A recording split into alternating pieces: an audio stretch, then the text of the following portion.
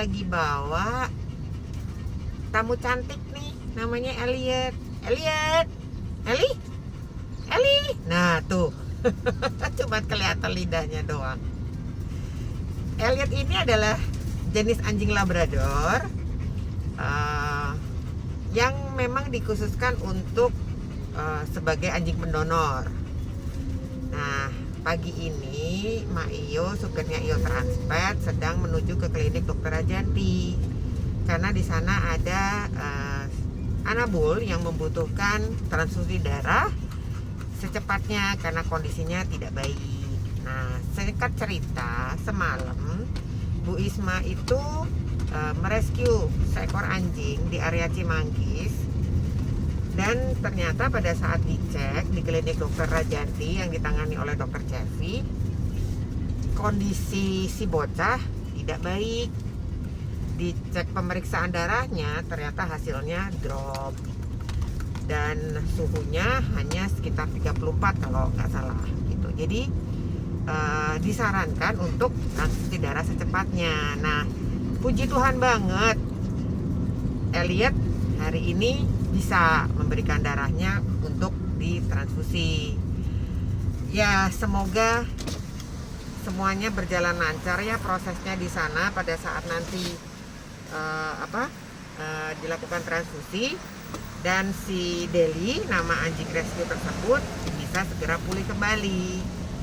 Nah, untuk yang belum pernah tahu gimana sih proses transfusi darah, nanti Mak Iyo dokumentasikan ya gimana prosesnya sehingga ada gambaran sama atau enggak sih dengan manusia. Kita lihat aja nanti gimana-gimananya ya.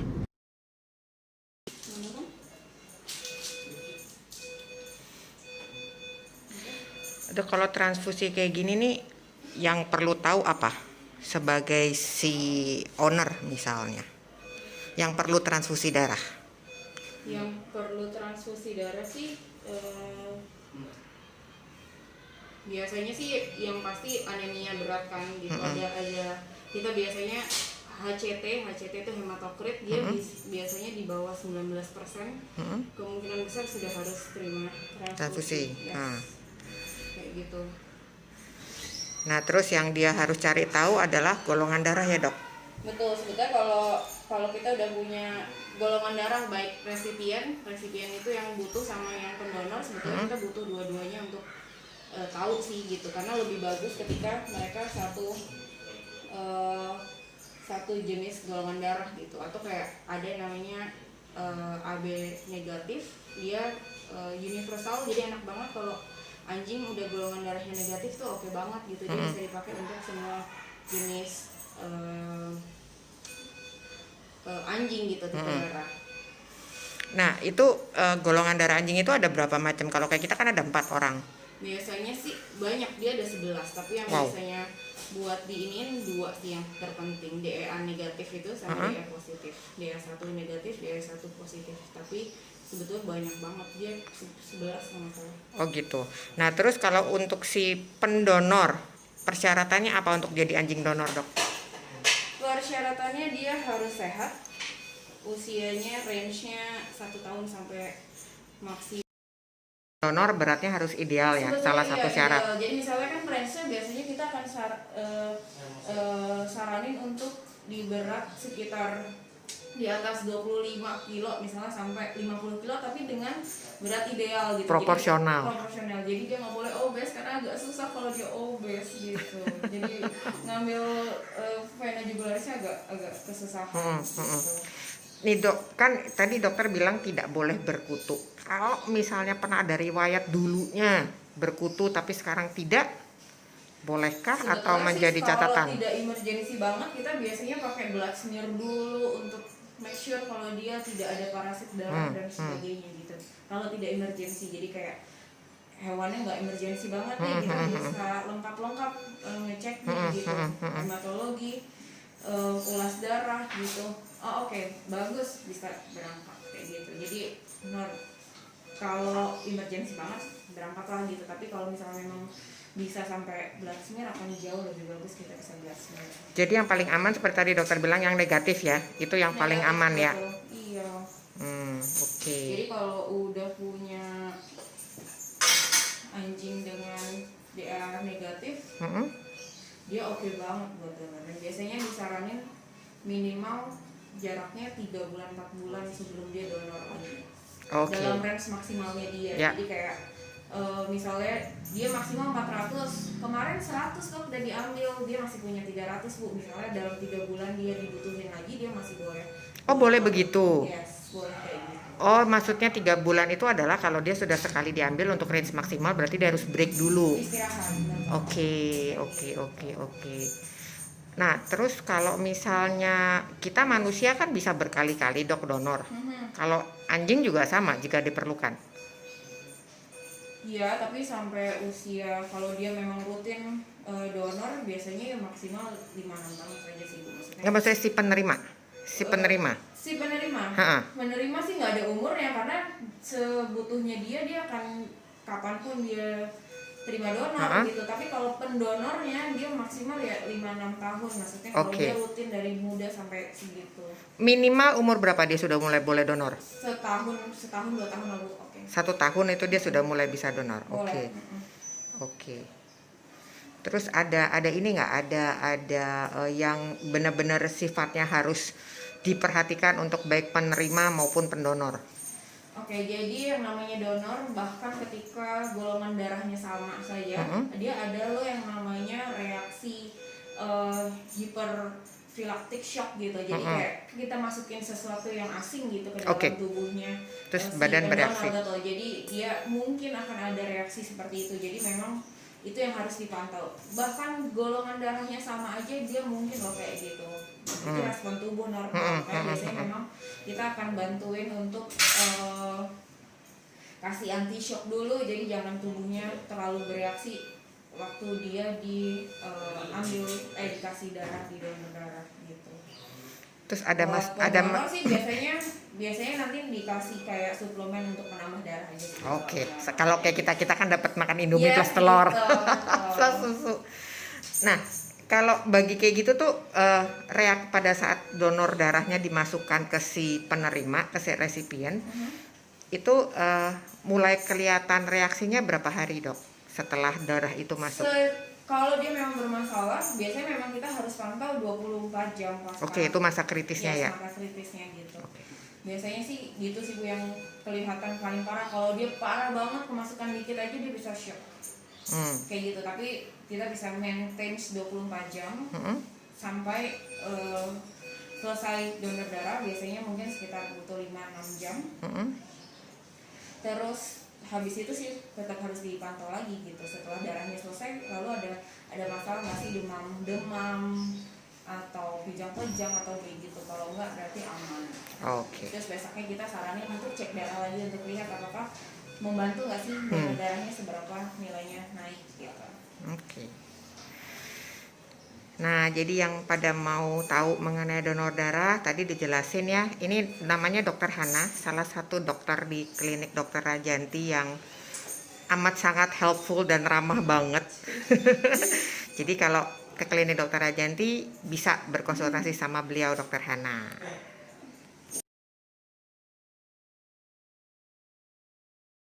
Mak Iyo lagi di tempatnya Dokter Titi. Nah, Dokter ini yang punya si Elliot yang tadi donor darah. Nah, sekarang Dok mau nanya dong, kalau misalnya buat kita menyediakan anjing donor, yang kita perlu persiapkan tuh apa aja sebenarnya? Maintenance buat anjingnya sendiri, makannya diatur pagi sore dengan takaran yang ditentukan. Vitamin setelah donor ini pasti dikasih penambah darah selama 1 minggu. Terus obat cacingnya kita di sini paling telat 2 bulan udah dikasih obat cacing karena kan selalu main di tanah.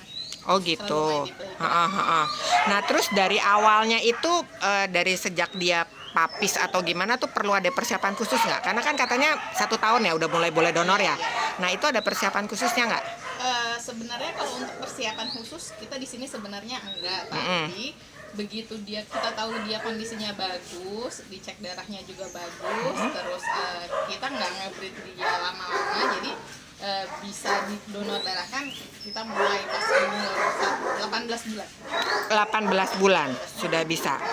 Oh, oke. Nah, terus kalau misalnya gitu sebenarnya keuntungannya apa? Kenapa Dokter Titi terpikir untuk menyediakan anjing donor?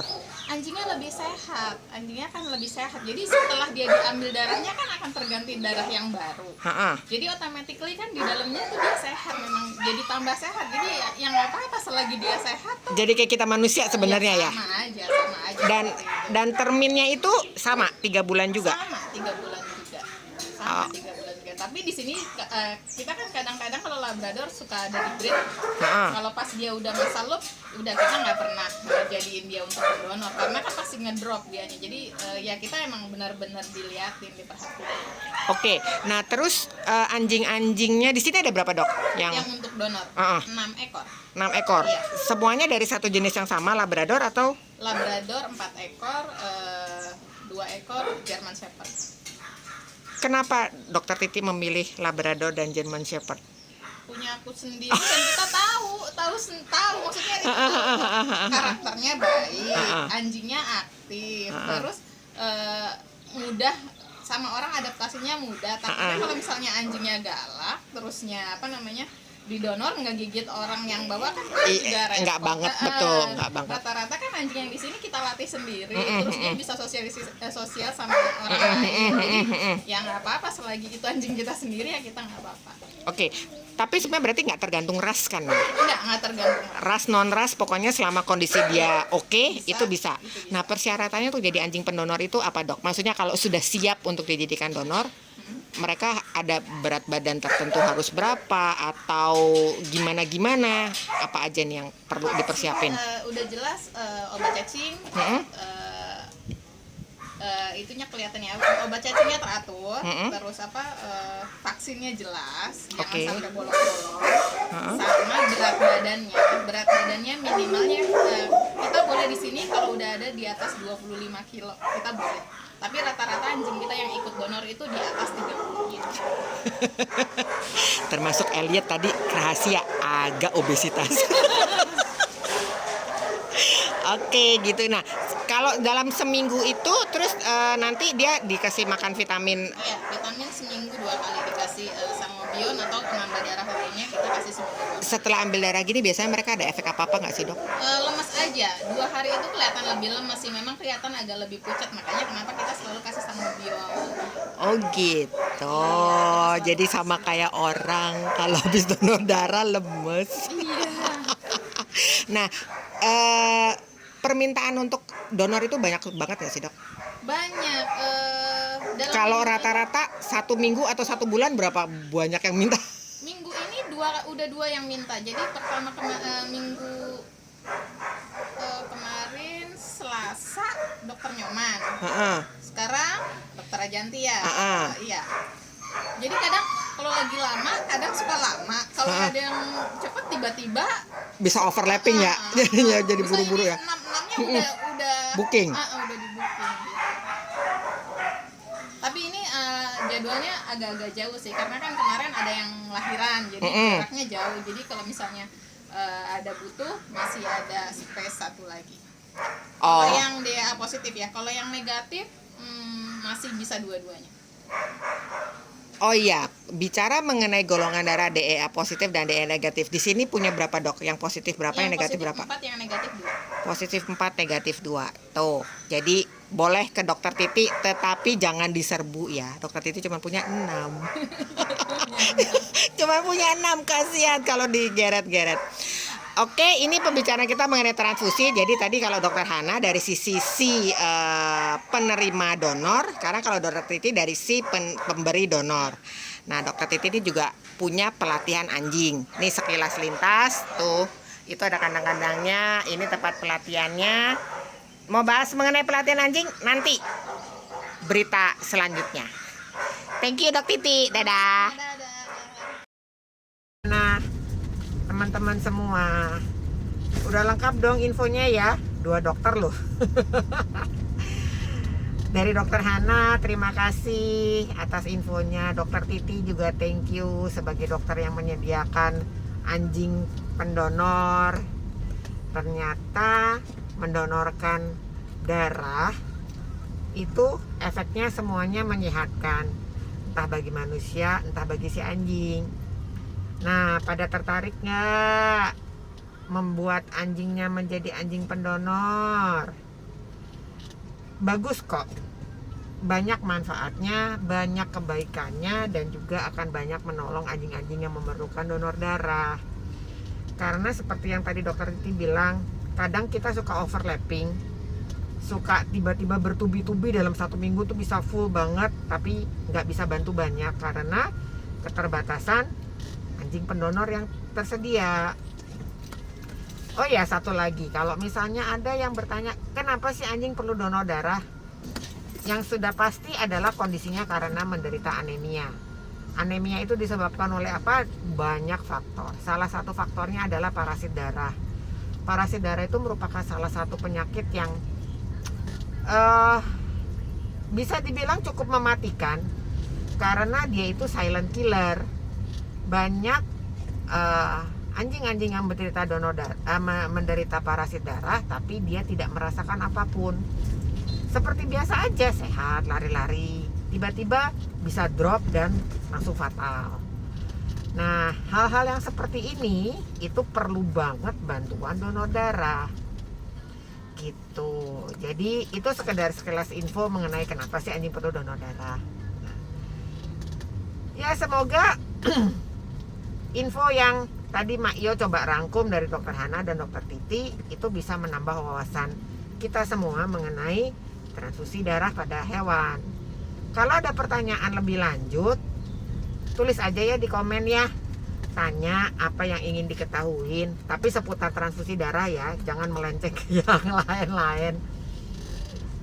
Jadi nanti Mak Iyo coba rangkum semuanya menjadi satu dan kita akan bahas lagi lebih detailnya sesuai dengan pertanyaan-pertanyaan yang ada. Begitu. Senangnya hari ini bisa memberikan satu informasi yang berguna buat sahabat-sahabat Biotransfer. Nah, sekarang Mak Iyo lanjut dulu, akan ada jemputan berikutnya. Terima kasih semuanya. Sehat selalu ya. God bless you all.